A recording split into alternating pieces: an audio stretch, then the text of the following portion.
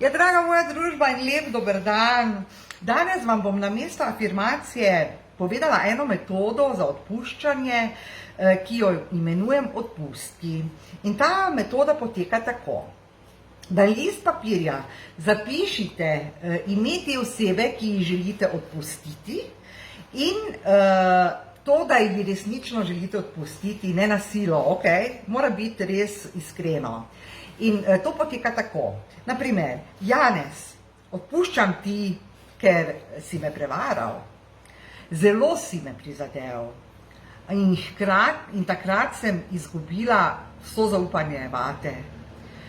Je pa tudi to, da sem zaradi svoje službe bila preveč obremenjena.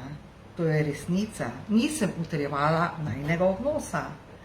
In takrat odpustite tudi sebi in si rečete, Jadranka, odpuščam ti, da nisi imela časa, da bi ohranjala svoj odnos s partnerjem. Ok? In to vam bom tako dala tudi pisno, ne? Zapiščite torej, kako da odpuščate, zato ker, ne, pač vzrok, zakaj odpuščate nekomu, kaj vam je ta oseba storila, ali besedno, ali drugače, kakorkoli, kako ste se takrat počutili, to je tudi pomembno, in kakšen je pa vaš delež, ne, tako kot sem prej rekla, odpuščati tudi sebi, kakšen je vaš delež tega kontrasta ali konflikta, ker zmeraj je en delež tudi naš, ko mi odpuščamo.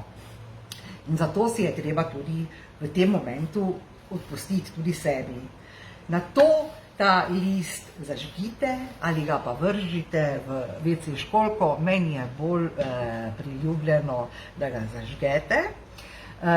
Sem pa s svojo novo prijateljico, kot pa bila zadnjič na Lentu, napravila eno stvar, da sva vrgli namere v reko Dravo in lahko stopite na mostiček vaših rek, potokov in takšen listek vržete tudi v reko.